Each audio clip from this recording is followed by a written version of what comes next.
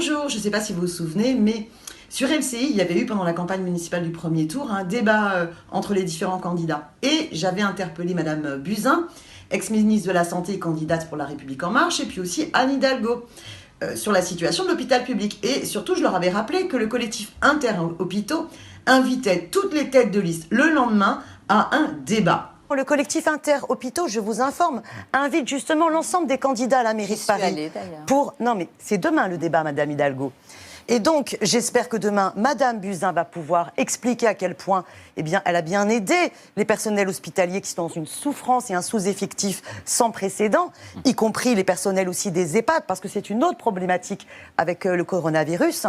Et j'espère que les composantes de la majorité expliqueront qu'en 2014, vous étiez engagés à défendre l'hôpital du centre de Paris, Hôtel-Dieu. Et qu'en cette fin de mandature, eh bien, vous êtes tous mis d'accord avec la direction de la PHP, de l'assistance publique hôpitaux de Paris, pour privatiser un tiers de cet hôpital, et notamment pour un restaurant gastronomique. Et ça, excusez-moi, mais ça ne passe pas. L'hôpital public, on en a besoin.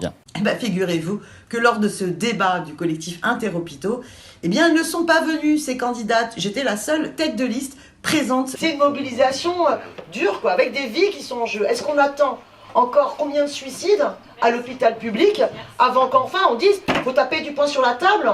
Moi, c'est mon gros désaccord de la mandature, voilà, sur cette question-là, comme sur plein d'autres, que ce soit l'austérité imposée à la collectivité parisienne, comme à toutes les autres collectivités, et la saignée sur l'hôpital public. Il n'y a pas eu de bras de fer, c'est pas vrai. Il y a eu des vœux, parfois.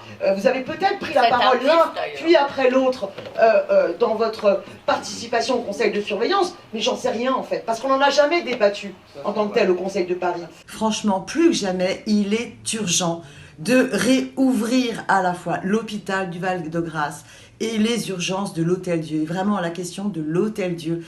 Ça fait depuis 2014 que je me bats sur cette question de l'hôpital de proximité du centre de Paris, Hôtel-Dieu. Parce qu'il y avait eu un engagement en 2014. Tous les candidats à la mairie de Paris de 2014 étaient engagés à défendre l'Hôtel-Dieu. Et puis finalement, pendant la mandature, ils ont tous oublié leurs promesses. Et résultat, quelle est la situation? Il y a un projet qui consiste à privatiser un tiers de l'Hôtel-Dieu pour notamment en faire des startups de santé et un restaurant gastronomique. Donc c'est vraiment une marchandisation, une privatisation totalement inacceptable. Et aujourd'hui, on a besoin au contraire de rouvrir cet hôpital et de le rendre utile face à la question de la sursaturation de l'ensemble de l'hôpital public sur Paris et la région Île-de-France. Donc c'est notre santé, c'est notre santé sanitaire qui est en jeu. Il faut absolument rouvrir ces deux hôpitaux.